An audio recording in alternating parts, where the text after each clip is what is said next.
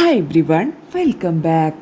മലയാള സിനിമയുടെ ശക്തിയായിരുന്ന സംവിധായകൻ രഞ്ജിത്തിന്റെ പതനം സിനിമാ ലോകത്തെ ഒന്നാകെ ഞെട്ടിച്ചിരിക്കുകയാണ്.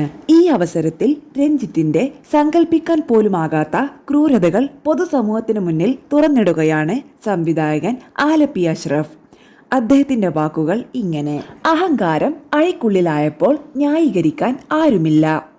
രഞ്ജിത്തിന് കേവലം ചലച്ചിത്ര അക്കാദമി ചെയർമാൻ സ്ഥാനം ലഭിച്ചത് രാഷ്ട്രീയ സ്വാധീനം കൊണ്ട് മാത്രമാണ്. രഞ്ജിത്ത് എന്ന പ്രതിഭയ്ക്ക് പിന്നിൽ ക്രൂരമായ ഒരു ക്രിമിനലുണ്ട്.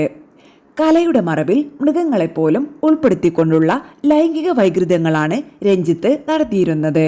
രഞ്ജിത്തിനെ ന്യായീകരിക്കാൻ വന്നവരൊക്കെ ഇന്ന് ഉൾവലിഞ്ഞത് സത്യം എന്താണെന്ന് അവർക്ക് ബോധ്യപ്പെട്ടതുകൊണ്ടാണ്. അന്തരിച്ച പ്രിയ നടൻ ഉണ്ണികൃഷ്ണനെ രഞ്ജിത്ത് മർദ്ദിച്ചിരുന്നു. അത് വെറുമൊരു തല്ല് മാത്രമായിരുന്നില്ല. കിഡ്നി രോഗിയായിരുന്ന ഉണ്ണികൃഷ്ണനെ നാഭിക്ക് രഞ്ജിത്ത് അധികൃതമായി ചവിട്ടി എന്നുള്ള സത്യം നിർമ്മാതാവ് ജി സുരേഷ് കുമാറാണ് തന്നോട് പറഞ്ഞത്. ജീവനോടെ രക്ഷപ്പെട്ടിട്ടുണ്ട്. നിസ്സഹായത കൊണ്ട് പിന്നീട് ഉണ്ണികൃഷ്ണൻ രഞ്ജിത്തിന്റെ സിനിമകളിൽ തലകുനിച്ച് അഭിനയിക്കേണ്ടി വന്നു. ഉണ്ണികൃഷ്ണനെ കൂടാതെ പാവക്കൂത്ത് സിനിമയുടെ ലൊക്കേഷനിൽ വെച്ച് പ്രശസ്തനായ മറ്റൊരു നിർമ്മാതാവിനെയും രഞ്ജിത്ത് മർദ്ദിച്ചിട്ടുണ്ട്.